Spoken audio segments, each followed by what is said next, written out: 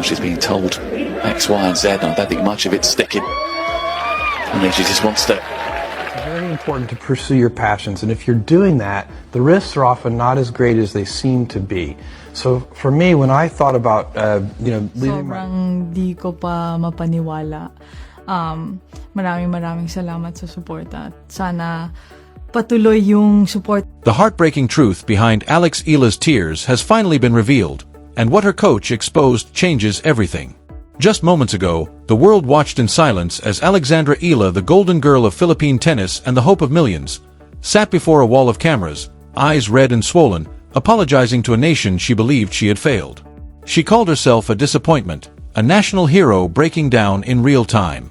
But everything you think you know about that match is wrong. Minutes after Alex left the room, the doors opened again and the real story came out, a truth so painful, so shocking, and yet so heroic that it redefines the entire moment. Alex Eala didn't lose because she wasn't good enough, and she didn't crumble under pressure. She lost because she was fighting a battle no one else could see. What her coach revealed will break your heart and then fill it with pride. This is the story of the Philippine Women's Open, the defeat that wasn't truly a defeat, and the real truth behind Alexandra Eala. To truly understand the gravity of what unfolded just 30 minutes ago, we have to rewind and set the stage, because this wasn't just another ITF event tucked away in obscurity. This was the Philippine Women's Open, and for the first time in history, the WTA 125 Tour had landed on Filipino soil. 4 years, the nation watched Alex Eala grow up before its eyes, leaving her family at a young age to train at the Rafa Nadal Academy in Spain, winning the US Open Juniors, grinding through the rankings, breaking into the top 50, and becoming a beacon of hope for a country desperate for a global tennis superstar. So when it was announced she would finally play a professional tournament at home in Manila, the hype wasn't just big, it was suffocating. Tickets vanished in minutes. The Rizal Memorial Tennis Center became a cauldron, packed to the rafters with beating drums, waving flags, and a crowd ready for a coronation. The story was written before the first ball was struck. The Queen had come home to claim her crown. But lurking over the stadium was a shadow, Camila Osorio. The Colombian powerhouse, a former top 35 player, a relentless fighter known for her grinding baseline game and refusal to surrender, wasn't in Manila to be a tourist. She came to win. And deep inside the Eala camp, behind the smiles and polished press releases, something was wrong, very wrong. We began to see it in the second round, the slight limp between points, the hesitation before Alex pushed off her left foot. At the time, it was brushed aside as nerves or stiffness. She's young, we said. She'll shake it off. But as the quarterfinals approached, it became clear this was no coincidence. As the quarterfinals approached, whispers inside the locker room grew louder. Something wasn't right with the golden girl of Philippine tennis, and the world was about to discover just how serious it was. The match began under the blistering Manila heat, the air thick with humidity and expectation. When Alex Eala walked onto the court, the roar was deafening, her name echoing through the stadium as every Filipino in attendance believed they were witnessing history, a homegrown champion lifting a trophy on home soil. But from the opening games, the script unraveled. Camila Osorio is a predator, and the moment she sensed weakness, she pounced. She dragged Alex side to side with punishing rallies, mixing in drop shots and deep looping balls, forcing her to sprint, stop, and pivot again and again. Alex looked a step slow. The explosive first move that defines her game was gone, and that trademark backhand down the line, usually a laser, began sailing wide by inches. The crowd tried to will her forward, erupting with every point she won, but the pain was written all over her face. This wasn't the anguish of losing, it was something far more physical. The pain soon turned into visible agony. In the first set, which she lost 6-4, there were moments when Alex winced after serving, moments when she looked up at her box not in frustration, but in desperation. Her team could only sit there, powerless, watching their warrior try to will herself through something that felt medically impossible. Osorio showed no mercy, driving ball after ball deep into the corners, forcing Alex to chase and repeatedly plant that injured foot. A sense of dread crept through every Filipino watching. This wasn't supposed to happen. Not here. Not now. Not in front of her people. But tennis is a cruel sport. It doesn't care about narratives or fairy tales. It only rewards who can strike the ball better on that day. And yet, the second set became a war of attrition. Down a set and facing a superior opponent on the day, Alex fought. My God, did she fight, digging into the courage that defines a true champion. She broke Osorio's serve, and the stadium erupted. Hope came rushing back like a tidal wave as she leveled the match at 3 games all, and for a moment, it felt like the impossible might still happen.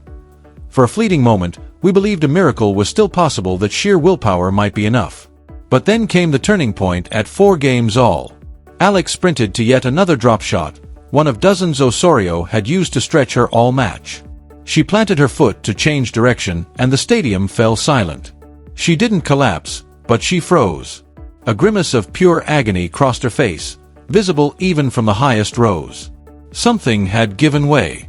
Something had broken. She lost the point, then the game, and minutes later, despite saving match points, despite the crowd pleading for one last surge, it was over. 6-4, 6-4. Camila Osorio moved on, and the dream died right there. The silence that followed was haunting, not just disappointment, but shock. It felt anticlimactic, almost as if Alex hadn't given everything, and confusion spread through the stands as fans drifted out in tears, anger, and disbelief. How could the moment we'd all been waiting for end like this? And that question is what made the next 30 minutes so devastating, because what none of us knew, what no one could have known, was that Alex Eala had just played the match of her life, not in terms of the result, but in terms of it was pure, unadulterated courage. 30 minutes later, Alex Eala walked into the press room wearing her national team jacket, yet somehow looking smaller than we had ever seen her. Her eyes were red, the traces of tears still visible despite the makeup team's best efforts. She sat down, adjusted the microphone, and before the first question could even be completed, she broke. The quote is already spreading around the world, but hearing it in context is devastating. Through tears, she said she had let down the people who had always supported her. She said she had let down her country. Imagine the weight of those words on the shoulders of a 20-year-old. She didn't point fingers. She didn't offer excuses.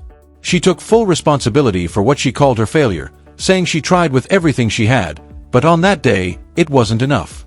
She wanted to give her people a trophy. She wanted to make them proud, and she believed she had failed. She never mentioned the heat, the court, or the officiating. Instead, she took the blame entirely, allowing the world to believe she had simply cracked under pressure, that the stage was too big for her. In that moment, Alexandra Eala sacrificed her own reputation to shield everyone else, the tournament, the sponsors, her team, even her opponent. She would rather be seen as weak than reveal what was truly happening. And within minutes, social media exploded, as critics and armchair experts who had never held a racket began to type. They called her overrated. They called her mentally weak. They said she couldn't handle the pressure. The toxicity was instant. The same voices that had been chanting her name less than an hour earlier were now tearing her apart, twisting her apology into an admission of weakness and her tears into supposed proof that she wasn't built for the big stage. But while Alex was breaking down on live television, her coaching staff stood silently at the back of the room. Picture this: her head coach, face flushed with emotion, fists clenched, shaking his head in disbelief. He had reached his limit. He couldn't stand by and watch his player, his warrior, fall on her sword to protect a secret. He had promised her he would stay silent. He gave her his word. But watching her destroy herself in front of the world was unbearable. As Alex was escorted out of the room, sobbing, the coach stepped forward. He didn't wait to be called. He grabbed the microphone and dropped a bombshell that would turn the tennis world upside down. What he revealed over the next 5 minutes shattered everything we thought we knew about that match, about Alex Eala, and about what it truly means to be a champion. The room began to empty. Journalists were already closing their laptops, mentally writing headlines about Alex Eala collapsing under pressure, when the coach's voice thundered through the room. He told everyone to sit down. No one was leaving.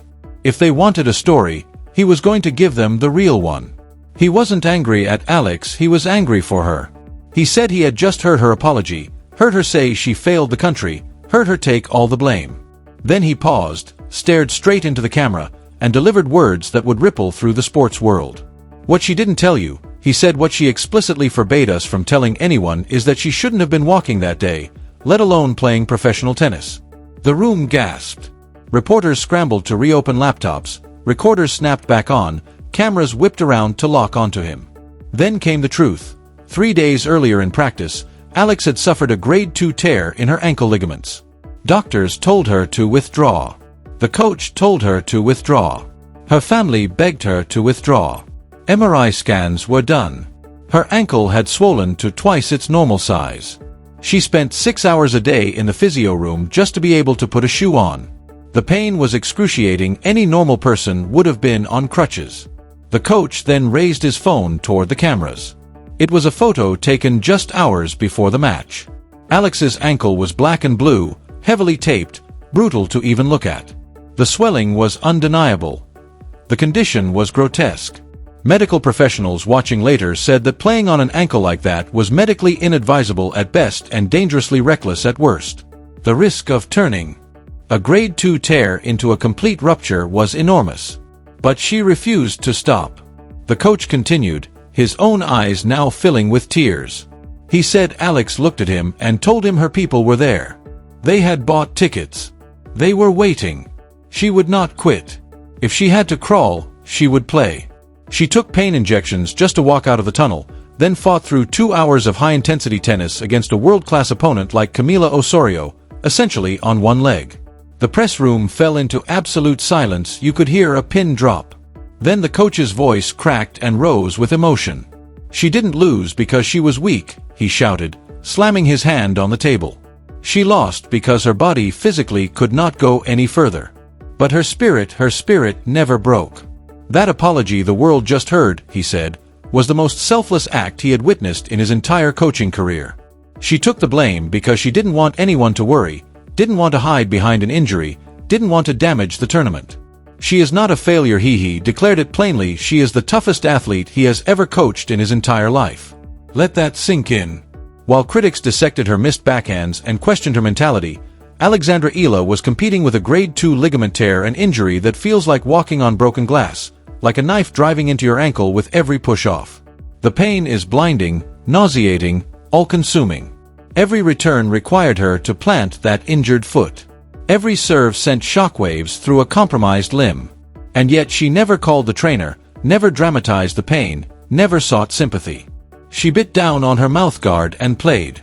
She chased balls she had no right to reach. She fought for every single point because she understood what this tournament meant to the Philippines, to the families who saved for tickets, to the little girls holding signs with her name, to fans who had waited decades to see elite women's tennis on home soil. She knew withdrawing would break hearts, so she chose to break her own body instead. And suddenly, everything about that match changes. Those weren't errors, they were miracles. She even reached the ball. That 6-4 scoreline isn't a defeat, it's a testament to an impossible level of talent and resolve.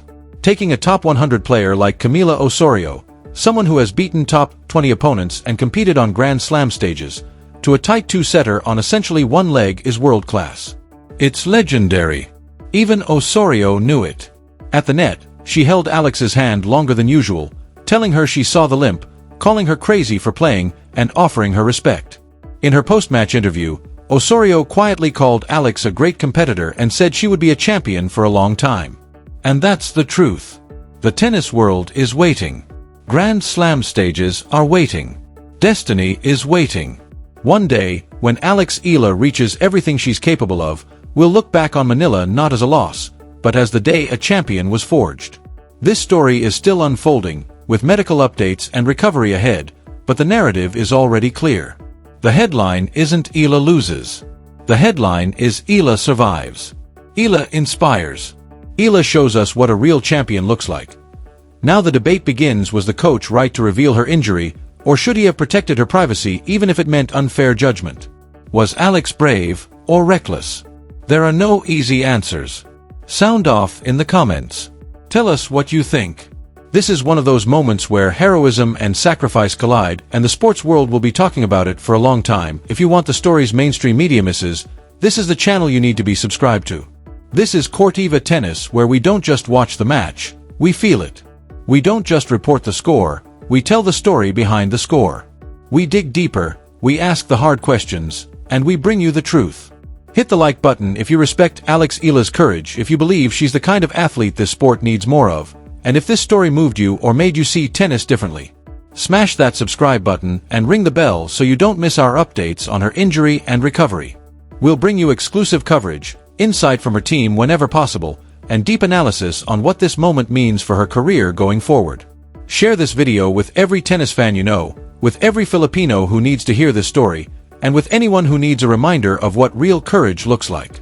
This is a story that deserves to be told, needs to be told, and will be remembered for years to come.